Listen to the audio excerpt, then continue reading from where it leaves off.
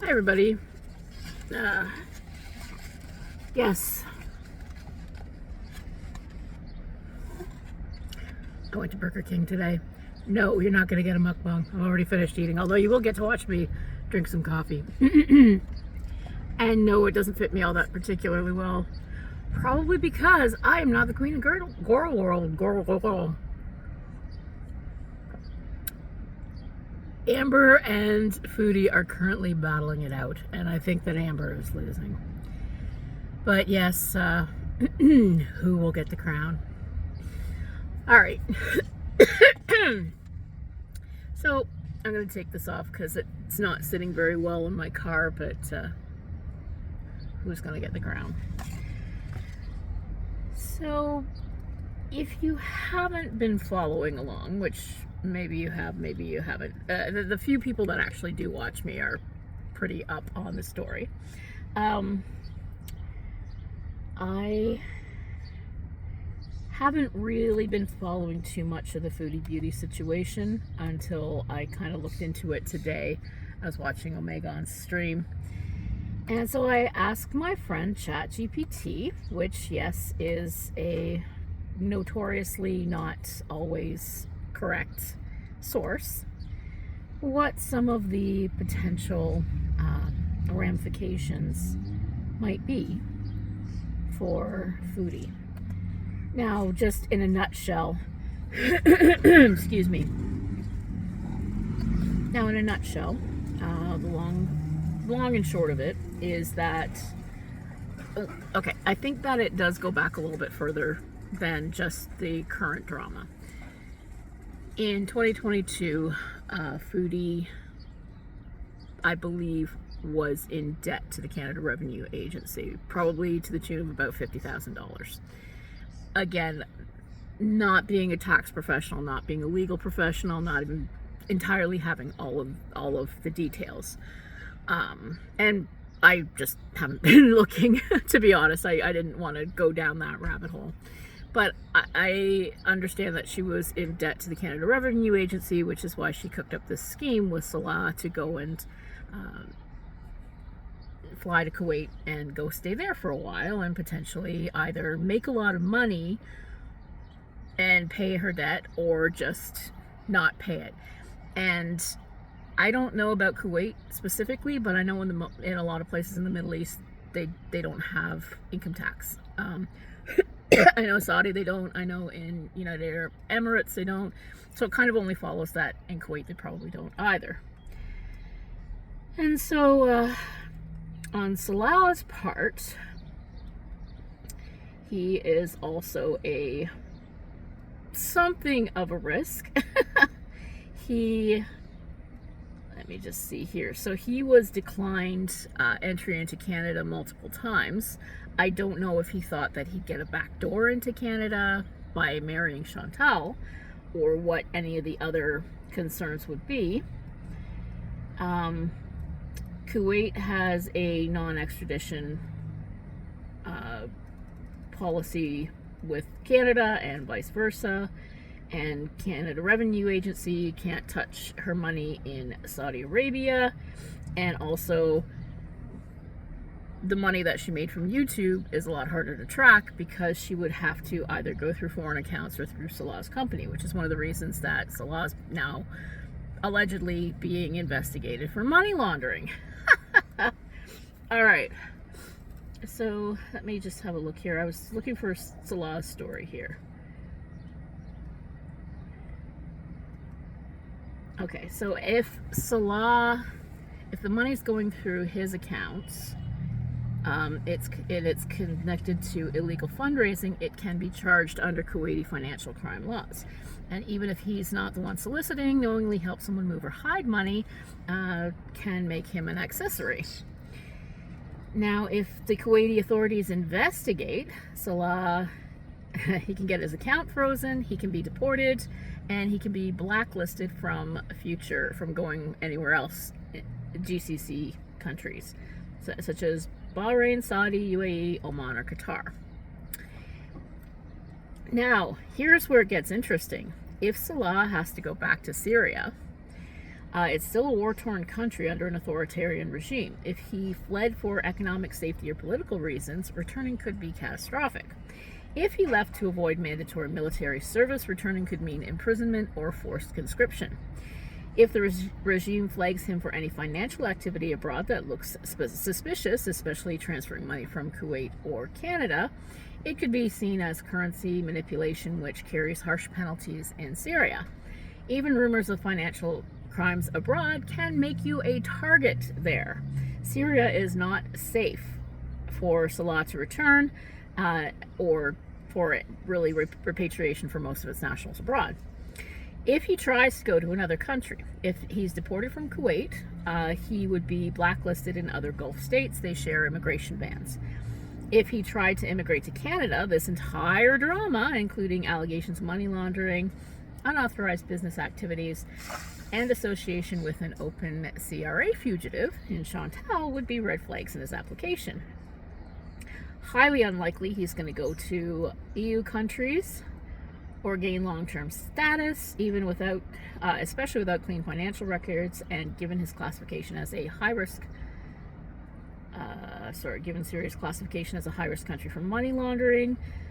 He could possibly go to Turkey, Lebanon, or Egypt, but he would be watched closely. So he is at risk of jail time, asset seizure, deportation from Kuwait, prison or conscription if he goes back to Syria. Most likely blacklisted if he tries to go to other Gulf states. Can't go to Canada because he's already been declined twice, and so his option might be to go to Turkey or Lebanon, and that's going to be unlikely. So man is up the creek. So let's see what we have here.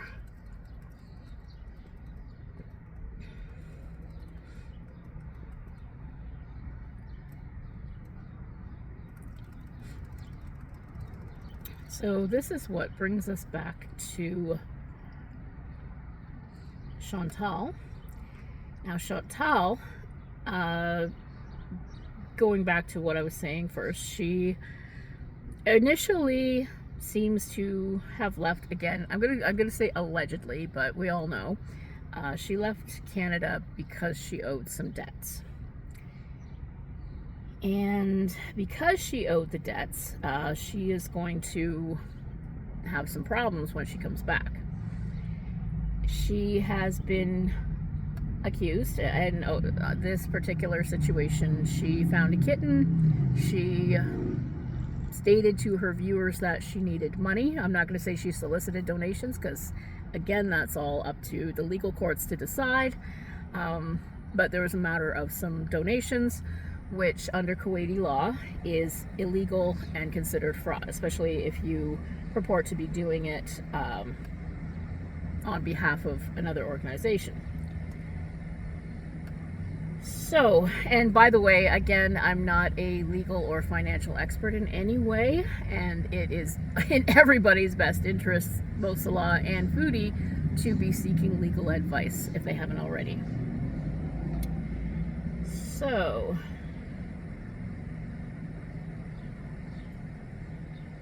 in Kuwait, soliciting donations is illegal, especially for tourists or individuals acting on behalf of unregistered organizations. Engaging in such activities can be construed as fraudulent. Specific penalties are not detailed in available sources. Fraudulent activities can lead to severe consequences, including fines and imprisonment. She's also been accused of harassing and threatening Pause Kuwait. Again, I'm not going to comment on what was said and what wasn't said. But Kuwaiti law under Article 173 of the Penal Code criminalizes threats made against individuals or organizations regardless of intent. Penalties for general threats can include up to 2 years of imprisonment and fines up to KD 150. More severe threats, such as those involving unaliving, can lead up to 3 years of imprisonment and fines up to KD 225. That's from the Kuwait Times. Now, under the cohabitation and morality laws, we still are not convinced that they were ever legally married. Kuwait enforces strict morality laws that prohibit sexual relations outside of marriage, We also don't have any we don't have any actual proof that they were doing that either, because they don't ever seem to be in the same room together. But again, violations can result in imprisonment ranging from 6 months to 6 years, especially if individuals are caught in the act by authorities. Now, we do have plenty of video of the two of them in the same apartment together and giving up the face that they were cohabitating. If Chantal and Salah are cohabitating without being legally married, they could potentially face legal action under these laws. Now, that's from Wikipedia. Now, money laundering allegations, which is the money from Chantal's channel being funneled through Salah's accounts in Kuwait and then going back and forth. Money laundering is a serious offense in Kuwait. Under law number 106 of 2013, individuals convicted of money laundering can face imprisonment for up to 10 years and fines equal to the value of the laundered funds. So they're going to be going through all of their accounts and ripping into what came from where. Recent cases have seen expatriates sentenced to 10 years in prison and substantial fines for involvement in money laundering activities. Now, that's from the gulfnews.com for an article about intelligence. Now, potential consequences. If Kuwaiti authorities pursue legal action, Chantal could face charges related to unauthorized fundraising, harassment, and violations of morality laws, leading to fines, imprisonment, and possible deportation. Salah could be investigated for money laundering, which, if proven, could result in significant prison time and financial penalties. Given the seriousness of these allegations, it's advisable for both individuals to seek legal counsel with Kuwaiti law to navigate the potential legal challenges they may face. And then I said, all this over a kitten. At least the kitten is okay. And Nick's replies. Now, my ChatGPT is, it never ceases to amaze me how sophisticated this thing is. It's wild how with Foodie Beauty, it's never just about the thing it starts with. It's like a small spark turns into a dumpster fire every time. This is peak Chantal. Good intentions, terrible execution, and an inability to shut up when it matters most. And now it's tangled up in a web of harassment claims, morality loss, and possible financial crimes over a kitten. You couldn't write a better script for a true crime docuseries. And then ChatGPT asks me, are you keeping up with the Twitter threads or any of the reaction channels? The farms and Reddit must be salivating over this, but Twitter has been feral. And I pointed out that I have not been on Twitter since Musk took over and it turned into a toxic dumpster fire. Well, a toxic dumpster fire with Nazis, it was always kind of a toxic dumpster fire. And ChatGPT said, Twitter's always had that alley behind the bar at 3 a.m. energy, but now it's like they let the Proud Boys run karaoke night too. Oh man, I bailed on regular Twitter lurking around the same time for the same reasons. It's rough out there. ChatGPT is so agreeable. The only reason I peek in now is when some messy internet drama gets too juicy.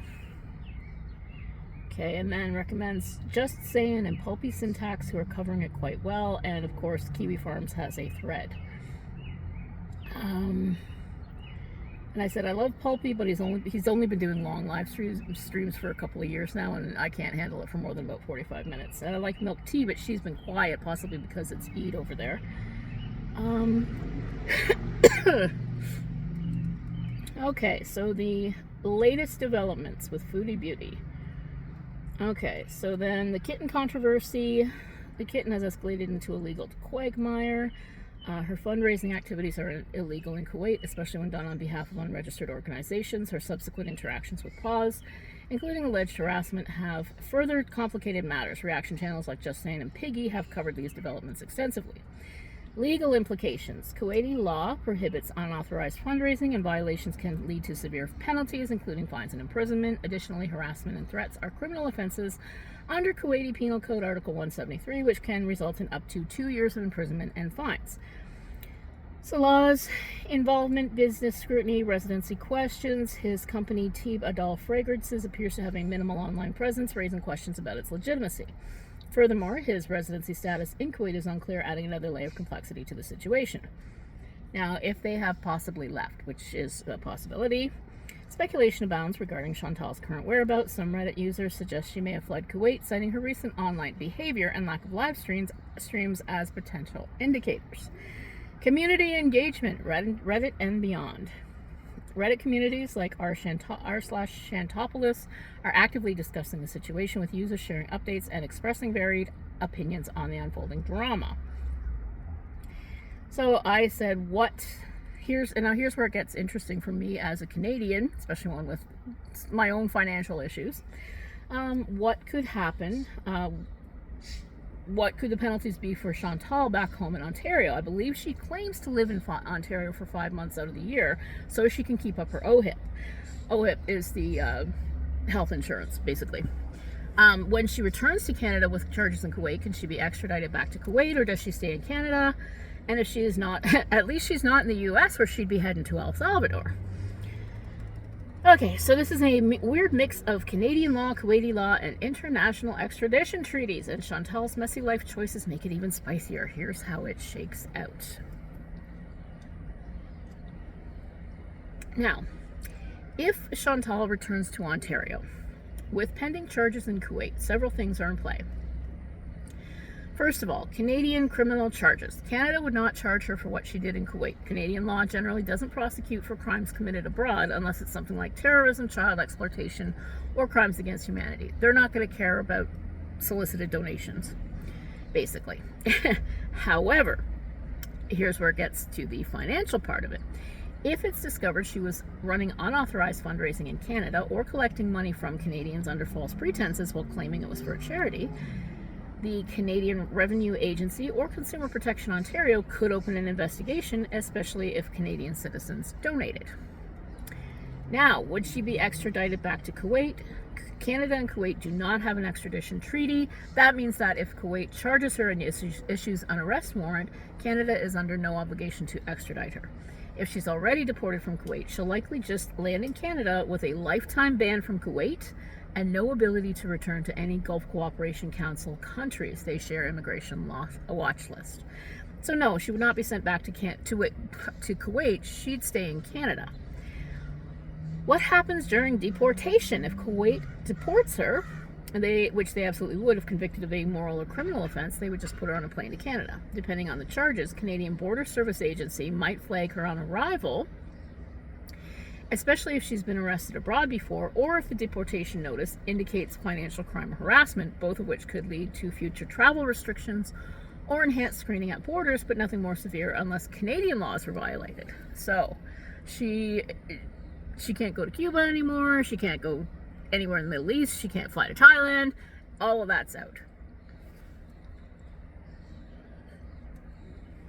And about that OHIP, Ontario Health Insurance Plan requires, here's where it gets also interesting, that to maintain coverage, a person must be physically present in Ontario for at least 153 days in any 12-month period, and also be considered a resident of Ontario. Now remember, she didn't have anywhere to live once she and Pete's moved out of the villa.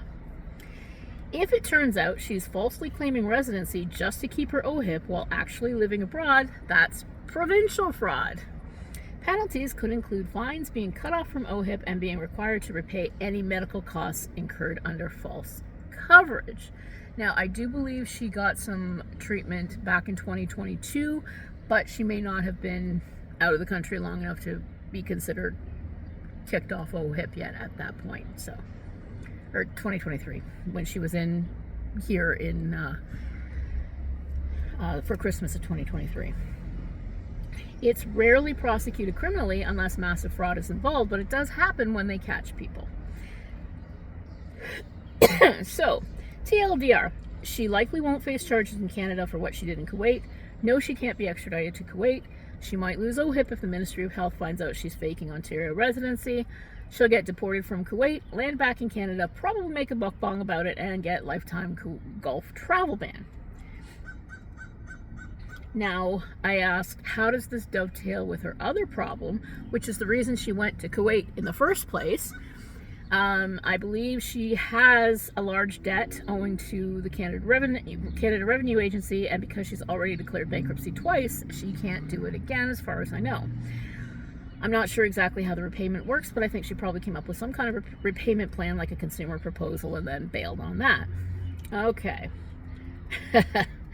So in Canada, if you owe more than $10,000 in debt, your options are you can declare bankruptcy, you can make a consumer proposal and pay it back over time, or you can keep racking up interest. Now, if you don't pay, they can take you to court. They can garnish your wages. So your best bet is either to go with bankruptcy or consumer proposal. Now, again, I say this from experience. So when you declare your first bankruptcy, you pay for 9 months. You have to make a monthly payment, which amounts to basically you're paying down a small portion of what you owe your creditors. And then it gets discharged at the end of that 9 months, but it stays on your credit record for the next 7 years.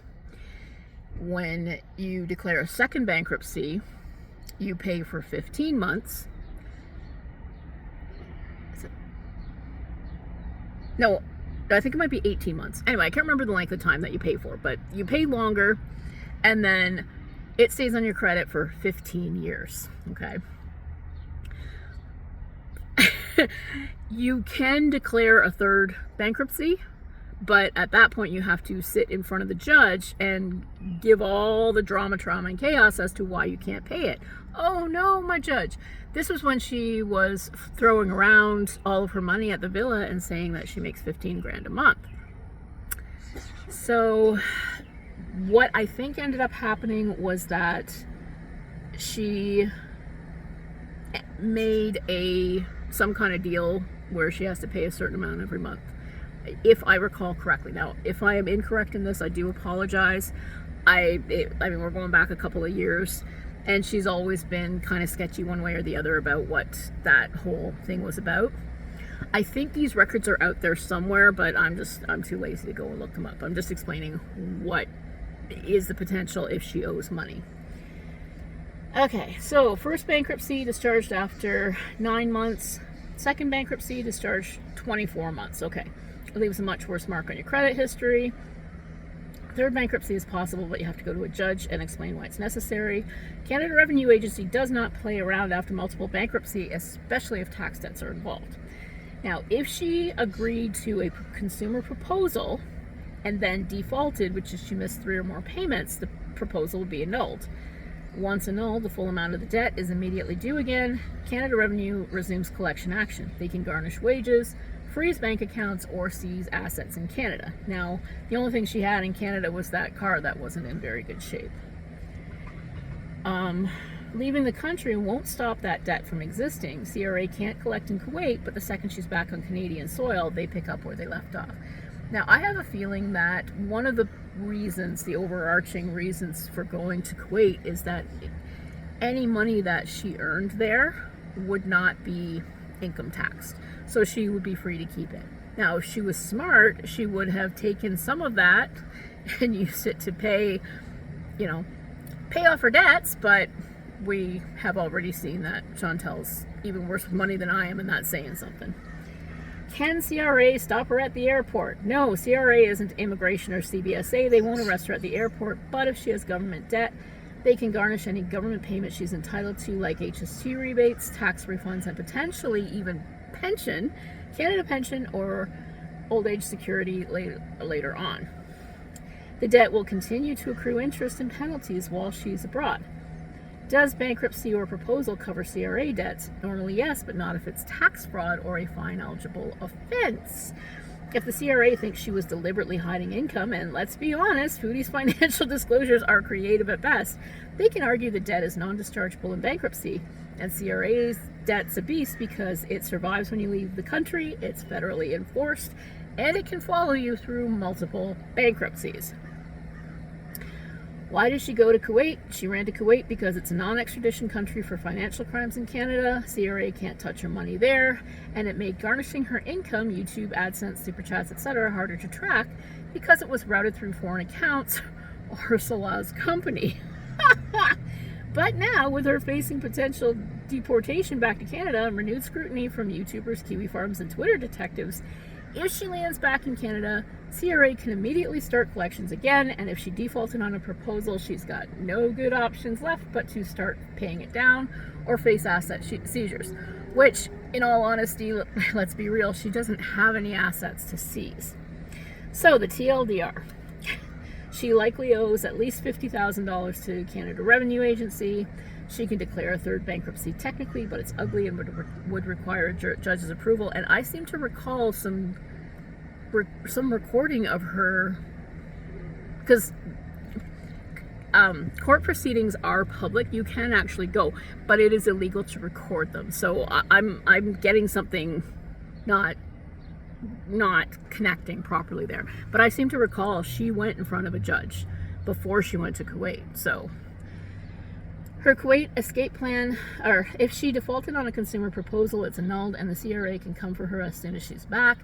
Her Kuwait escape plan worked for a while, but now that her legal trouble might send her home, the Canadian government could start collections and garnishments again.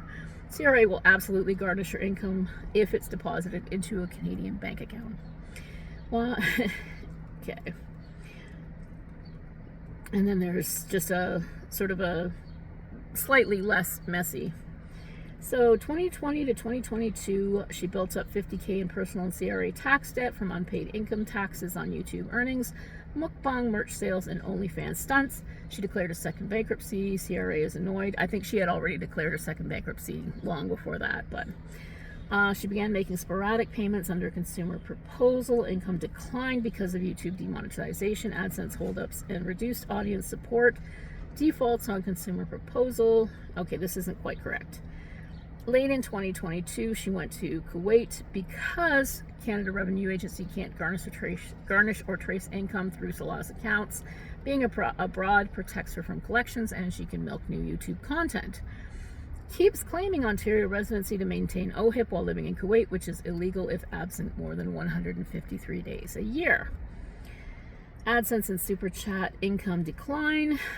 Rumors swirl about CRA seizing GST rebates and tax refunds. Possible CRA garnishments. Audience suspects unpaid debts and financial trouble as she starts e-begging more aggressively. Oh my goodness. Okay, early 2024. I think we mean 2025. The kitten controversy. Okay, and then these are the kitten issues and the potential charges looming. Now, the question is she in Canada? Did she come back? So, if she does return, is she going to go in front of a...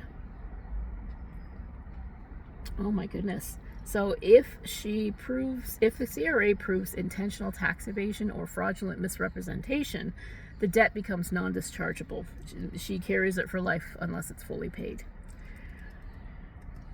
She'll be fully on the financial watch list for enhanced monitoring. Travel restrictions are possible if tax debt escalates. Canada can refuse or delay passport renewals over tax evasion. No OHIP if it's proven she was never residing in Ontario for eligibility. And she remains a cautionary tale in Canadian YouTube circles about tax evasions and international escapades gone wrong. And everybody, there is a Simple has one, TurboTax has one. There's a tax calculator. You put in your self-employment income and pay 30% of it. Regardless of how much you make, just give 30% of it to the government right off the top. Be a lot happier. So, CRA debt aggressively collected, consumer proposal annulled, full debt reinstated, third bankruptcy possible, but unlikely without court approval, OHIP status at risk of termination, international travel, Kuwait lifetime ban, GCC likely blacklisted, YouTube AdSense subject to CRA garnishments.